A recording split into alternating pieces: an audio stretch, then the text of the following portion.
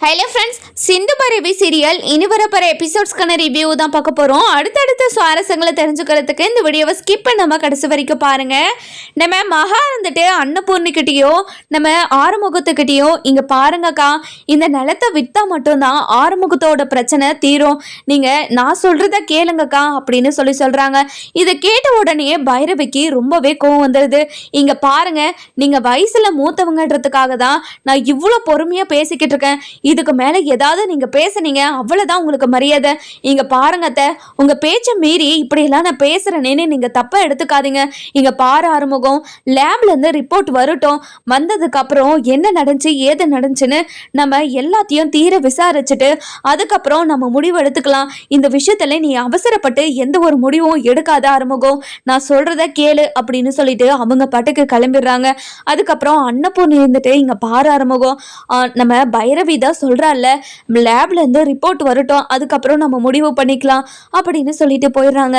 இதை கேட்டு நம்ம மகா இருந்துட்டு ரொம்பவே கோவமா, நீங்கள் லேப்லேருந்து ரிப்போர்ட் வந்தாலையும் கண்டிப்பாக இந்த நிலத்தை விற்க தான் போகிறீங்க, எப்படியாவது நான் உங்ககிட்ட பேசி இந்த நிலத்தை விற்க வச்சிருவேன் அப்படின்னு சொல்லிட்டு ஒரு பக்கம் நினச்சிக்கிட்டு இருக்காங்க. இந்த பக்கம் பார்த்தீங்கன்னா நம்ம பைரவியோட பிரச்சனை தீரணுன்றதுக்காக நம்ம சிந்து இருந்துட்டு கோவிலுக்கு நடந்தே போகிறாங்க. போகிற வழியில் ஒரு அம்மாவை பார்க்குறாங்க. பார்த்த உடனே அந்த அம்மா இருந்துட்டு, என்ன சிந்து, அதாவது உன்னோட ஆறுமுக மச்சான் அந்த சூரியகாந்தி பூவோட நிலத்தெல்லாம் வித்துட்டாங்களா அப்படின்னு சொல்லி கேட்கவும், இல்லம்மா, என்ன எதுக்காக கேட்குறீங்க அப்படின்னு சொல்லி கேட்கவும், இங்கே பாருமா, 2 நாளைக்கு முன்னாடி அந்த மாறனோட ஆளுங்கள்லாம் வந்து ஏதோ மருந்தெல்லாம் அடிச்சுக்கிட்டு இருந்தாங்க, அதனால தான் அந்த நிலம் ஃபுல்லாக கருகி போச்சு, இது என்ன ஏதுன்னு பார்த்து சொல்லுமா அப்படின்னு சொல்கிறாங்க. இதை கேட்ட உடனே சிந்து இருந்துட்டு அந்த நிலத்துக்கு போய் பார்க்குறாங்க. பார்த்த உடனே அங்கே நிறைய மருந்து டப்பா விழுந்துக்கிட்டு இருக்கிறத பார்த்துட்டு பயங்கரமா ஷாக் ஆயிடுறாங்க. அதுக்கப்புறம் என்ன, அந்த மருந்து டப்பாலாம் எடுத்துட்டு போய் ஓடுறாங்க. வர வழியிலேயே நம்ம சிவாவோட கார் வந்துகிட்டு இருக்கிறத பார்த்துட்டு நம்ம சிவாவோட காரை நிறுத்துறாங்க. நிறுத்தின உடனே நம்ம சிவாவும் கதவை திறந்து வராங்க. என்ன சிந்தோ, எதுக்காக காரை நிறுத்தின அப்படின்னு சொல்லி கேட்கவும், இங்கே பாரு டாக்டரே, அந்த ஆறுமுகத்தோட நிலம் எல்லாமே கருகி போனதுக்கு காரணமே அந்த மாறன் தான். மாறன் ஆறுமுகத்துக்கு மேலே இருக்கிற கோவத்தில் அவன் தான் இது எல்லாமே பண்ணியிருப்பான்னு எனக்கு தோணுது. அது மட்டும் இல்லாமல் நான் நிலத்துக்கு போய் பார்த்துட்டு வந்தேன், அங்கே இந்த பாட்டில் எல்லாம் நிறைய கடந்துட்டு இருந்துச்சு. இங்க பாருங்க, இந்த விஷயத்துல என்ன ஏதுன்னு நம்ம தீர விசாரிச்சு ஒரு முடிவு எடுக்கணும். வாங்க, இது எல்லாத்துக்கும் என்ன பிரச்சனைன்னு நம்ம கண்டுபிடிக்கலாம் அப்படின்னு சொல்லிட்டு சொல்றாங்க. அதுக்கப்புறம் என்ன, நம்ம சிந்துவும் நம்ம சிவாவும் ஒரு மருந்து கடைக்கு போறாங்க. போன உடனே அந்த மருந்து டப்பாவை காட்டி இது எதுக்காக பயன்படுத்துவாங்க அப்படின்னு சொல்லி கேட்குறாங்க. அதுக்கப்புறம் என்ன, இது ஒரு நல்லா வளர்ந்துக்கிட்டு இருக்கிற பயிரை நாசமாக்கிறதுக்காக இப்படி ஒரு கெமிக்கலை கலக்குவாங்க அப்படின்னு சொல்றாங்க.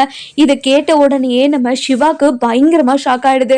அதுக்கப்புறம் என்ன, இந்த விஷயத்த நம்ம அன்னபூர்ணிக்கிட்டையும் ஆறுமுகத்துக்கிட்டையும் பைரவி கிட்டையும் சொல்லணுன்றதுக்காக நம்ம சிவா இருந்துட்டு வீட்டுக்கு போறாங்க. வீட்டுக்கு போன உடனே நம்ம சிவா இருந்துட்டு நடந்த விஷயத்த எல்லாத்தையும் நம்ம அன்னபூர்ணிக்கிட்டையும் ஆறுமுகத்துக்கிட்ட வீட்டில் இருக்கிற எல்லார்கிட்டையும் சொல்றாங்க. சொன்ன உடனே பைரவி இருந்துட்டு, இங்க பாருங்கத்த, நான் தான் இந்த விஷயத்துல ஏதோ ஒரு தில்லுமுள்ளு இருக்குதுன்னு உங்ககிட்ட சொன்னா இல்லையா, இந்த விஷயத்துல நான் சும்மாவே விட மாட்டேன். கண்டிப்பா இந்த விஷயத்துல போலீஸ் ஸ்டேஷன்ல கம்ப்ளைண்ட் கொடுத்து இதுக்கான நஷ்ட ஈடு அவங்கள கொடுக்க சொல்லுவேன். கண்டிப்பா இது நடக்கும், நீங்க பார்த்துக்கிட்டே இருக்க, நீங்க கவலையே படாதீங்க. இந்த விஷயத்துல நான் உங்களுக்கு சாதகமா ஒரு நல்ல முடிவு வர மாதிரி பண்றேன் அப்படின்னு சொல்லிட்டு நம்ம பைரவி இருந்துட்டு போலீஸ் ஸ்டேஷனுக்கு போறாங்க. போன உடனே நடந்த விஷயத்தை எல்லாம் போலீஸ் கிட்ட சொல்லி ஒரு கம்ப்ளைண்ட் கொடுக்குறாங்க. கொடுத்த உடனே போலீஸும் மாறன் கிட்ட போயிட்டு ரொம்பவே கோவமா மாறனை தேடிக்கிட்டு இருக்காங்க. ஆனா மாறன் நடந்த விஷயத்தெல்லாம் தெரிஞ்சுக்கிட்டு ஒரு தலைமறைவா இருக்காரு. அதுக்கப்புறம் சிந்து இருந்துட்டு போய் நம்ம சிவா கிட்ட, இங்க பாரு டாக்டரே, அந்த மாறன் தலைமறைவா இருக்காரு, அதனால அந்த மாறனை எப்படியாவது நம்ம கண்டுபிடிச்சே ஆகணும், நம்ம வா டாக்டரே அந்த மாறனை கண்டுபிடிக்கலாம் அப்படின்னு சொல்லிட்டு மாறனை கண்டுபிடிக்கிறதுக்காக ஊர்ல இருக்கிற எல்லா இடத்துலையும் தேடி பார்க்குறாங்க. ஊர்ல எந்த இடத்துலையுமே அந்த மாறனை காணோம் அப்படின்னு தெரிஞ்சுக்கிட்டு ரொம்பவே வருத்தப்பட்டுக்கிட்டு இருக்காங்க. அந்த நேரம் பார்த்து மாறனோட ஆளுங்க ஹோட்டல்ல சாப்பாடு வாங்கிக்கிட்டு இருக்கிறத பார்த்துட்டு நம்ம சிந்து இருந்துட்டு டாக்டர் கிட்ட, இங்க பாரு டாக்டரே, அது மாறனோட ஆளுங்க தான் இப்போ சாப்பாடு வாங்கிக்கிட்டு இருக்காங்க. கண்டிப்பா சாப்பாடு வாங்கிட்டு அந்த மாறன் கிட்ட தான் போவாங்க. இவனை ஃபாலோ பண்ணா கண்டிப்பா அந்த மாறனை நம்ம கண்டுபிடிச்சிடலாம். வா டாக்டரே, அவன் பின்னாடியே நம்ம போகலாம் அப்படின்னு சொல்லிட்டு கூட்டிட்டு போறாங்க. அவனும் சாப்பாடை வாங்கி மாறன் கிட்ட போறாங்க. போன உடனே அங்க மாறன் இருக்கிறத பார்த்துட்டு பயங்கர கோவத்தோட நம்ம ஆறுமுகம் அங்க இருக்கிற ஆளுங்க எல்லாம் அடிச்சு போட்டுட்டு மாறனோட சட்டியை பிடிச்சி தரன்னு இழுத்துக்கிட்டு வீட்டுக்கு போறாங்க. வீட்டுக்கு போயிட்டு நம்ம மாறனை நம்ம அன்னபூர்ணி முன்னாடியும் ஆறுமுகத்து முன்னாடியும் நிக்க வைக்கிறாங்க. இங்க பாருங்க பெரியம்மா, இது எல்லாத்துக்குமே காரணம் இவன் தான். இது எல்லாத்தையும் இவனும் ஒத்துக்கிட்டான். இப்போ ஆறுமுகத்துக்கு மேல இருக்கிற கோவத்துல தான் இப்படி ஒரு விஷயத்த பண்ணிட்டேன்னு சொல்றான். இதுக்கான நஷ்ட ஈடு எல்லாத்தையும் இவன் தான் பார்த்துப்பான். போலீஸையும் வர சொல்லியிருக்கேன். இன்னும் கொஞ்ச நேரத்துல போலீஸும் வந்துருவாங்க. நீங்க கவலைப்படாதீங்க பெரியம்மா. இந்த விஷயத்துல ஆறுமுகத்துக்கு எந்த ஒரு பிரச்சனையும் வராம சுமூகமா எல்லாத்தையும் முடிச்சுக்கலாம். நீங்க கவலையே படாதீங்க அப்படின்னு சொல்றாங்க. இதை கேட்ட உடனே நம்ம அன்னபூர்ணிக்கு அப்பதான் மனசு ரொம்ப நிம்மதியா இருக்குது. இங்க பாரு சிவா, இந்த விஷயத்துல ஆறுமுகம் என்ன பண்ணுவான் ஏது பண்ணுவான்னு நினைச்சு நான் ரொம்ப வருத்தப்பட்டுக்கிட்டு இருந்தேன். ஆனா இந்த விஷயத்துல இப்படி ஒரு விஷயம் இருக்குதுன்னு தெரிஞ்சு இவ்வளோ தூரம் நீ போய் கண்டுபிடிச்சு இந்த மாறனை இழுத்துட்டு வந்திருக்க. இந்த மாறனை நம்ம சும்மாவே விடக்கூடாது. எப்படியாவது அந்த மாறனை சும்மாவே விடக்கூடாது அப்படின்னு சொல்லிக்கிட்டு இருக்காங்க. இதெல்லாம் கேட்ட நம்ம மகாவும் நம்ம எசக்கையும் ரொம்பவே பயப்படுறாங்க. இந்த விஷயத்துல நம்ம தான் தலையிட்டிருக்கோம்னு தெரிஞ்சா இவங்க எல்லாரும் நம்மளை என்ன பண்ணுவாங்க அப்படின்னு நினைச்சு ரொம்ப பயப்பட்டுக்கிட்டு இருக்காங்க. அதுக்கப்புறம் மாறன் இருந்துட்டு எசக்கிய பாக்குறாங்க. எசக்கி இருந்துட்டு, இங்க பாரு, உனக்கு என்ன வேணாலும் பண்றேன், ஆனா இந்த விஷயத்துல நாங்க தான் தலையிட்டிருக்கோன்னு நீ யாருக்கிட்டையுமே சொல்லிடக்கூடாது அப்படின்னு சைகையிலே சொல்லிக்கிட்டு இருக்காங்க. அதுக்கப்புறம் மாறணும், இங்க பாருங்க, நீங்க கவலையப்படாதீங்க, இந்த விஷயத்துல நீங்க தான் தலையிட்டு இருக்கீங்கன்னு சொல்லிட்டு நான் யாருக்கிட்டையும் சொல்ல மாட்டேன் அப்படின்னு சொல்லிடுறாங்க. கொஞ்ச நேரத்துல போலீஸும் வந்துடுறாங்க. வந்த உடனே நம்ம பைரவ இருந்துட்டு ரொம்பவே ஆதங்கத்துல போலீஸ் கிட்ட, இங்க பாருங்க சார், இது எல்லாத்துக்குமே காரணம் இவங்க தான். இவங்களால தான் நாங்க 100 ஏக்கர் நிலத்துலையும் நாங்க சூரியகாந்தி பூவு விளைச்சிருந்தோம். இப்போ 100 ஏக்கர் நிலத்துல இருக்கிற அந்த சூரியகாந்தி பூவும் எல்லாமே அழிஞ்சிருச்சு அப்படின்னு சொல்றாங்க. இதை கேட்ட உடனே போலீஸும் ரொம்பவே கோவமா மாறனை இழுத்துட்டு போயிட்டு ஜெயிலில் போடுறாங்க. இந்த பக்கம் பார்த்தீங்கன்னா நம்ம சிந்து இருந்துட்டு அந்த மருந்து கடைக்காரர்கிட்ட போயிட்டு, இங்கே பாருங்க ஐயா, இந்த மருந்து அடித்ததுனால அந்த பயிர் எல்லாமே வாடி போச்சு. திரும்ப அந்த பயிர் எல்லாமே செழிப்பாக வளர்றதுக்கு ஏதாவது மருந்து இருக்கா? மருந்து இருந்தால் சொல்லுங்க சார், ப்ளீஸ் சார், உங்கள் காலில் கூட விழுறேன். இங்கே பாருங்கம்மா, கண்டிப்பாக அதுக்கு மருந்து இருக்குது, நீங்கள் கவலையப்படாதீங்க, நான் மருந்து எல்லாத்தையுமே கொடுக்குறேன். 100 ஏக்கர் நிலத்துக்கான எல்லா மருந்துமே என்கிட்ட இருக்குது. நீங்க கவலைப்படாம இந்த மருந்தெல்லாம் கொண்டு போய் அந்த நிலத்துக்கு அடிங்க. கண்டிப்பா அந்த பயிரெல்லாம் திரும்ப செழிப்பா வளர ஆரம்பிச்சிடும் அப்படின்னு சொல்றாங்க. அதுக்கப்புறம் நம்ம சிந்து ரொம்ப சந்தோஷமா அந்த மருந்தெல்லாம் வாங்கிக்கிட்டு வீட்டுக்கு போறாங்க. வீட்டுக்கு போற உடனே ஆறுமுகத்துக்கிட்ட, இங்க பாருங்க மச்சான், நான் இந்த மருந்து டப்பாவெல்லாம் எடுத்துட்டு போயிட்டு நான் ஒரு மருந்து கடையில் கேட்டேன்.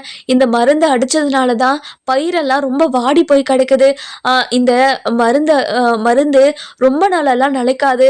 அதனால் அந்த பயிரெல்லாம் செழிப்பாக வளர்கிறதுக்காக இந்த மருந்து அடித்தா 2 நாளில் கண்டிப்பாக இந்த பயிர் எல்லாமே செழிப்பாக வளர ஆரம்பிச்சிடும். கவலைப்படாமல் இந்த மருந்தெல்லாம் போய் அடிக்க சொல்கிறாங்க. இதை கேட்ட உடனே நம்ம ஆறுமுகம் ரொம்ப சந்தோஷமா, என்ன சிந்து சொல்ற, நீ சொல்றதெல்லாம் உண்மையா? கண்டிப்பா நான் இதை பண்றேன், நீ கவலையப்படாத அப்படின்னு சொல்லிட்டு அந்த மருந்தெல்லாம் வாங்கிட்டு போயிட்டு ஒரு 4 ஆளுங்களை வச்சு அந்த 100 ஏக்கர் நிலத்திலையும் அந்த மருந்து அடிச்சு விடுறாங்க. அடிச்சு விட்டுட்டு ஆறுமுகம் வீட்டுக்கு வராங்க. வீட்டுக்கு வந்த உடனே, அம்மா, இந்த விஷயத்துல என்ன நடக்கும் ஏது நடக்கும்னு நினைச்சாவே எனக்கு ரொம்ப பயமா இருக்குதுமா. அந்த நிலத்துல இருக்கிறது எல்லா பயிரும் திரும்ப செழிப்பா வளருமா அப்படின்னு நினைச்சாவே எனக்கு தலையே சுத்துதுமா. எப்படியாவது அந்த நிலத்துல இருக்கிற எல்லா பயிருமே செழிப்பா வளரணும், அந்த கடவுளை நான் வேண்டிக்கிறேன் அப்படின்னு சொல்றாங்க. நம்ம சிந்து வராங்க. சிந்து வந்த உடனே இங்க பாருங்க மச்சான், கண்டிப்பா அந்த பயிர் எல்லாமே செழிப்பா வளரும், நீங்க கவலையே படாதீங்க அப்படின்னு சொல்றாங்க. அதுக்கப்புறம் பைரவியும் வந்து இங்க பாரு ஆறுமுகம், இந்த மருந்து அடிச்சா இன்னும் 2 நாள்ல கண்டிப்பா அந்த பயிர் எல்லாமே செழிப்பா வளரும்னு சொல்லிட்டு லேப்லயே சொல்லிட்டாங்க. நீ கவலைப்படாத, இன்னும் 2 நாள் கழிச்சு நம்ம போய் பயிரெல்லாம் பார்ப்போம் அப்படின்னு சொல்லிடுறாங்க. இது கேட்ட உடனே ஆறுமுகம் இருந்துட்டு அன்னபூர்ணி கிட்ட, இங்க பாருங்கம்மா, இந்த பயிரெல்லாம் செழிப்பா வளர்ற வரைக்கும் நான் நிலத்துக்கிட்டே இருக்கேன், இந்த நிலத்தை திரும்பவும் செழிப்பா வளர வைக்கிறதுக்கு மருந்து அடிச்சிருக்கோன்னு அந்த அந்த மாறனுக்கு தெரிஞ்சா கண்டிப்பா ஆள் வச்சு இதை கெடுக்கிறதுக்காக பார்ப்பான். அதனால ஒரு 4-5 ஆளுங்கள் எல்லாம் வச்சு நான் நிலத்தை பார்த்துக்க சொல்லியிருக்கேன். நானும் நிலத்துக்கிட்டே இருக்கணும்னு நினைக்கிறேன், நான் நிலத்துக்கு போறேன் அப்படின்னு சொல்றாங்க. சரி ஆறுமுகம், நீ இந்த பயிரெல்லாம் அறுவடை செய்யற வரைக்கும் நீ நிலத்துக்கிட்டே இரு ஆறுமுகம் அப்படின்னு சொல்லிடுறாங்க. ஆறுமுகமும் நிலத்துக்கிட்ட போயிட்டு நிலத்தை பாதுகாத்துக்கிட்டு இருக்காங்க. கடவுளே, இந்த நிலமெல்லாம் எப்படியாவது இந்த பயிரெல்லாம் செழிப்பா வளரணும், அதுக்கு நீ தான் உதவி பண்ணணும் அப்படின்னு கடவுளை ஒவ்வொரு நிமிஷமும் வேண்டிக்கிட்டு இருக்காங்க. அந்த நேரம் பார்த்து நம்ம சிவா இருந்துட்டு ஆறுமுகத்துக்கிட்ட போறாங்க. இங்க பாரு ஆறுமுகம், நீ கவலையே படாத, கண்டிப்பா இந்த பயிரெல்லாம் செழிப்பா வளரும் அப்படின்னு சொல்றாங்க. சிந்துவும் அந்த நேரம் பார்த்து நிலத்துக்கு போறாங்க. போன உடனே இங்க பாரு ஆறுமுகம், நீ கவலையே படாத, கண்டிப்பா நீ நினைச்சதை விட இந்த நிலத்துல இருக்கிற எல்லா பயிருமே திரும்பவும் செழிப்பா வளர ஆரம்பிக்கும், நீ கவலைப்படாத, மருந்து அடிச்சு 2 நாள் தான் ஆனது, கண்டிப்பா 2 நாளுக்கெல்லாம் இந்த இந்த பயிரெல்லாம் ரொம்ப ரொம்ப எஃபெக்டெல்லாம் ஆயிருக்காது, நம்ம தான் திரும்பவும் மருந்து அடிச்சிட்டோம்ல, கண்டிப்பாக அந்த மருந்துக்கு இந்த சூரியகாந்தி பூவெல்லாம் எஃபெக்ட் ஆகி கண்டிப்பாக இது எல்லாமே செழிப்பாக வளர ஆரம்பிக்கும், நீ கவலையப்படாத, அந்த மாறனை நான் சும்மாவே விட மாட்டேன், அந்த மாறனுக்கு தக்க தண்டனையாகவும் நம்மளுக்கு இந்த இழப்பு, அதாவது அவனுக்கு அவன் நம்மளுக்கு கண்டிப்பாக அந்த நம்ம இவ்வளோ இழப்பீடுக்கான எல்லா காசையும் அவன் கொடுத்துருவான், நீ அதை கொடுக்கலனாலையும் போலீஸ்காரங்க எல்லாருமே கொடுக்க வைப்பாங்க, நீ கவலைப்படாத, இந்த விஷயத்த நான் பார்த்துக்கிறேன், நிலத்தை மட்டும் நீ பத்திரமா பார்த்துக்கோ அப்படின்னு சொல்லிடுறாங்க. சரி பைரவி அப்படின்னு சொல்றாங்க. இன்னொரு பக்கம் பார்த்தீங்கன்னா நம்ம மகா இருந்துட்டு எசக்கி கிட்ட, என்ன எசக்கி, அந்த பைரவி இப்படியெல்லாம் யோசிச்சு என்னென்னமோ பண்ணிக்கிட்டு இருக்கா, போத குறைக்கி அந்த சிந்து வேற ஏதோ ஒரு மருந்தை கொண்டு வந்து இதை அடிச்சா 2 நாளுக்குள்ள எல்லா மருந்துமே செழிப்பா வளரணும் வேற சொல்லியிருக்கா, இதெல்லாம் நடக்கவே கூடாது, ஏதாவது பண்ணு எசக்கி அப்படின்னு சொல்றாங்க. இதெல்லாம் கேட்ட நம்ம காயத்ரி இருந்துட்டு ரொம்பவே கோவமா நம்ம எசக்கி கிட்ட போயிட்டு, இங்க பாருங்க, இது எல்லாத்துக்கும் காரணம் நீங்க தானா, உங்களை நான் சும்மாவே விட மாட்டேன், இது எல்லாத்தையும் போய் நான் என்னோட அம்மா கிட்ட சொல்ல தான் போறேன், சொல்லி உங்களை எல்லாரையும் அந்த மாறன் மாதிரி உங்களை ஜெயிலில் அடைக்க தான் போறேன் அப்படின்னு சொல்றாங்க. அதுக்கப்புறம் நம்ம ஆறுமுகம் இருந்துட்டு இந்த பக்கம் பார்த்தீங்கன்னா நம்ம ஆறுமுகம் நிலத்தை உத்து பார்த்துக்கிட்டே இருக்காங்க. இந்த நிலம் எப்படியாவது செழிப்பா வளர்ந்துராதா அப்படின்னு ரொம்பவே வருத்தப்பட்டுக்கிட்டு இருக்காங்க. இந்த பக்கம் நம்ம எசக்கி இருந்துட்டு, இங்க பாரு காயத்ரி, நீ மட்டும் இந்த விஷயத்த சொன்னா கண்டிப்பா இப்போ நீ உயிரோட இருக்கவே மாட்ட, நீ உயிரோட இருக்கணும்னு ஆசைப்பட்டனா இந்த விஷயத்த உங்க அம்மா கிட்ட சொல்லக்கூடாது, நீ சொன்னா அடுத்த நிமிஷம் நீ உயிரோட இருக்கவே மாட்ட அப்படின்னு சொல்றாங்க. என்ன நீ மிரட்டுறியா, நீ என்னதான் மிரட்டினாலையும் கண்டிப்பா நான் இந்த விஷயத்த என்னோட அம்மா கிட்ட சொல்ல தான் போறேன், உன்னால என்ன பண்ண முடியுமோ நீ பண்ணிக்கோ அப்படின்னு சொல்லிடுறாங்க. இதை கேட்ட உடனே நம்ம எசக்கி இருந்துட்டு ரொம்பவே கோவமா நம்ம காயத்ரியோட கழுத்தை பிடிச்சிக்கிட்டு ரொம்ப கோவமா, இங்க பாரு, இந்த உண்மையை நீ சொல்ல தான் போறியா அப்படின்னு சொல்லி கேட்டுக்கிட்டே இருக்கமோ. அதுக்கப்புறம் நம்ம அன்னபூர்ணி இருந்துட்டு அந்த நேரம் பார்த்து வீட்டுக்கு வந்துடுறாங்க.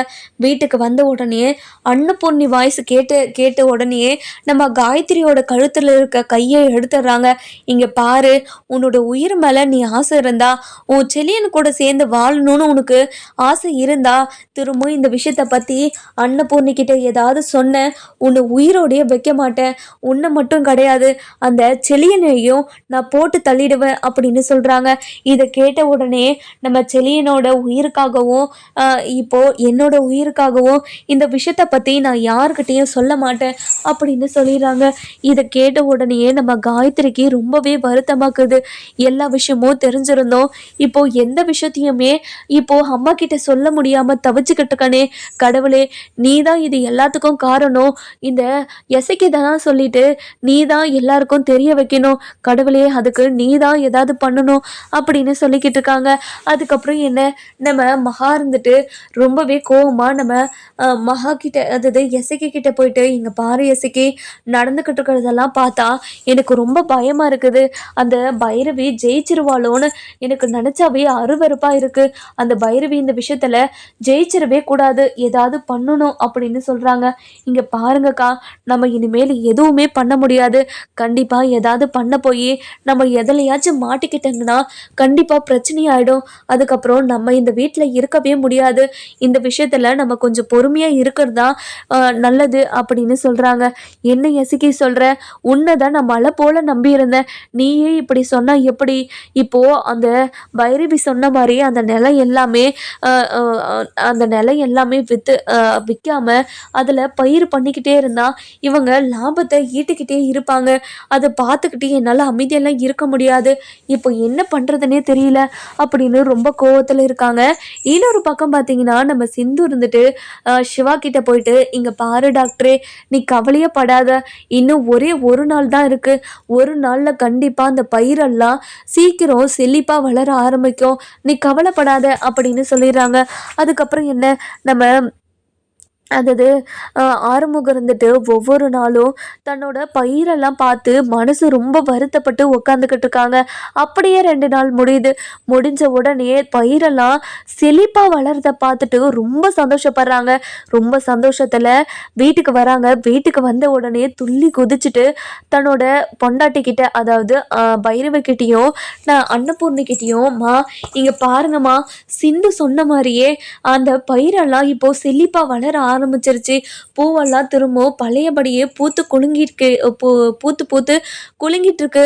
இதை பார்த்த உடனே கண்ணுக்கு குளிர்ச்சியா இருந்துச்சு. இந்த பிரச்சனையிலிருந்து எப்படி வெளியே வருதுன்னு தெரியாம நான் ரொம்ப தவிச்சுக்கிட்டு இருந்தேன். இந்த தவிப்பெல்லாம் நான் ரொம்ப ரொம்ப ரொம்ப வழியா வச்சுக்கிட்டு இருந்தேன். இப்போ கண்டிப்பா இனிமே எந்த ஒரு பிரச்சனையுமே வராதுன்னு தெரிஞ்சதுக்கு அப்புறம் இனிமே நான் எதுக்காகவும் பயப்பட மாட்டேன்.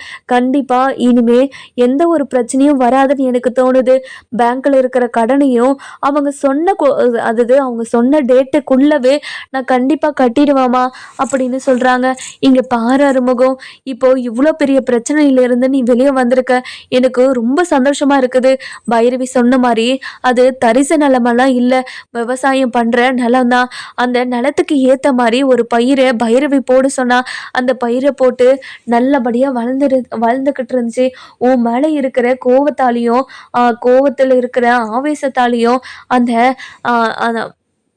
அந்த அந்த படுபாய்வு பையன் இப்படியெல்லாம் பண்ணிட்டான், நீ கவலைப்படாத, இது எல்லாத்தையுமே சரி பண்ணலாம், அந்த மாறனை நம்ம சும்மாவே விடக்கூடாது அப்படின்னு சொல்லி பேசிக்கிட்டு இருக்காங்க. இதெல்லாம் கேட்ட நம்ம சிந்து இருந்துட்டு ரொம்பவே சந்தோஷமா ஆறுமுகத்துக்கிட்ட வந்து, இங்கே பாருங்க மச்சான், உங்களோட பயிரெல்லாம் திரும்ப செழிப்பாக வளருதை நினச்சி நான் ரொம்ப சந்தோஷப்படுறேன். நீங்கள் இனிமே எந்த வகையிலும் கஷ்டப்படக்கூடாது. இந்த குடும்பம் எந்த வகையிலாவது கஷ்டப்படுறத பார்த்தா அது என்னால் தாங்கவே முடியாது. இனிமே நீங்க எந்த விஷயத்துலையும் கவலைப்படாதீங்க அப்படின்னு சொல்லிடுறாங்க. அதுக்கப்புறம் சிந்து வெளியே போயிடுறாங்க.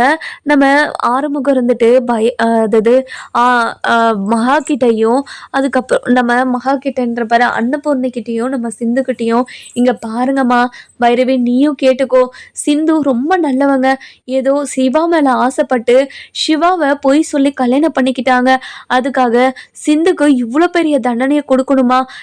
சிந்து ரொம்ப பாவம், அதனால சிந்துவை மன்னிச்சு நம்ம இந்த வீட்டுக்குள்ள ஏத்துக்கிட்டு சிவா கூட வாழ வைக்கலாமே, இதை நீங்க மனசு வச்சா கண்டிப்பா நடக்கும் அப்படின்னு சொல்லிடுறாங்க.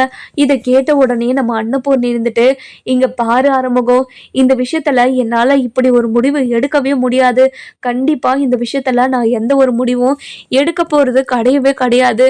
அது மட்டும் இல்லாம சிவாக்கு பிடிச்ச மாதிரி கண்டிப்பா ஒரு வாழ்க்கையை நான் அமைச்சு கொடுக்க தான் போறேன்.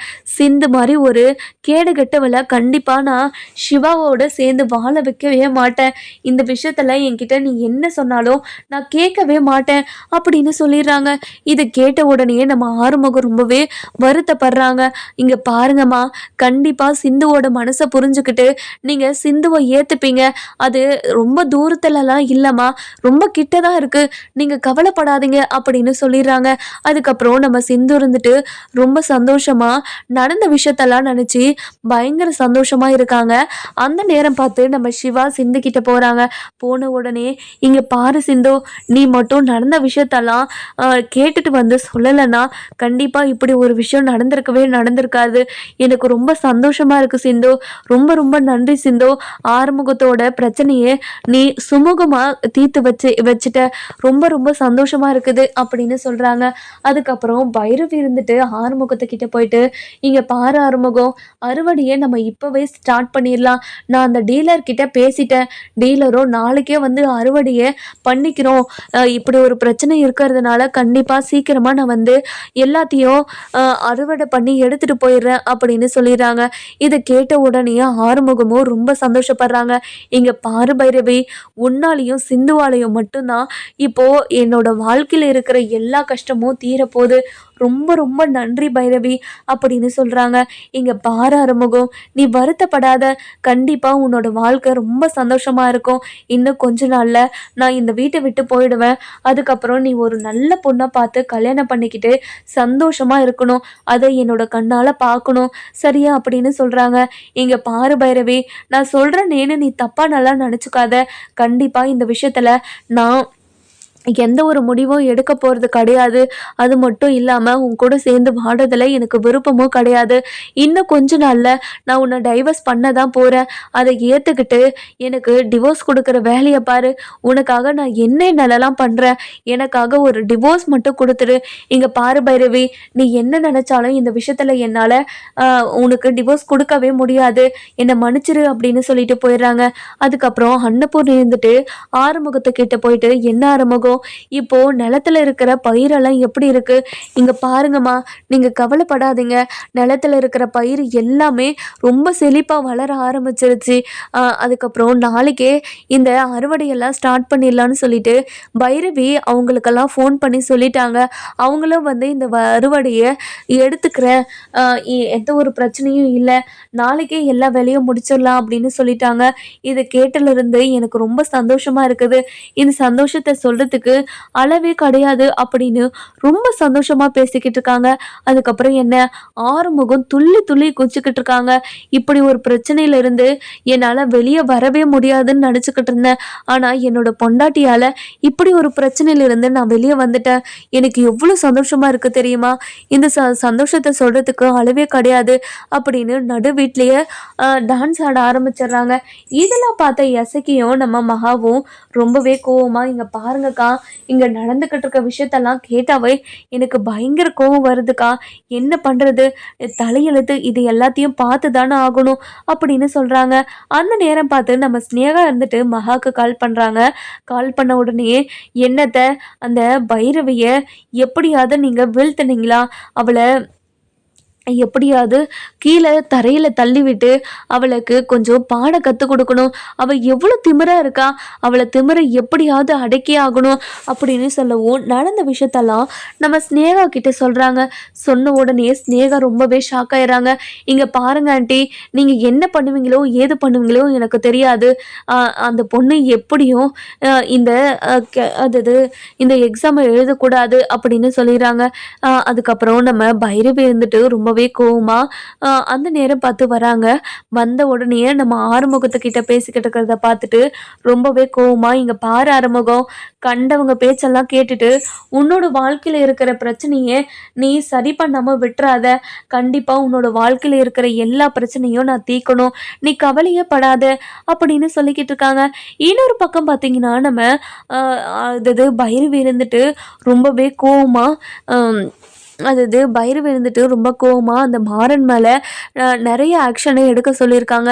இந்த பக்கம் பார்த்தீங்கன்னா அறுவடைக்கு எல்லாருமே வந்துடுறாங்க. அறுவடையும் நல்லபடியாக பார்த்துக்கிட்டு இருக்காங்க. எல்லா அறுவடையும் முடிஞ்சிருச்சு.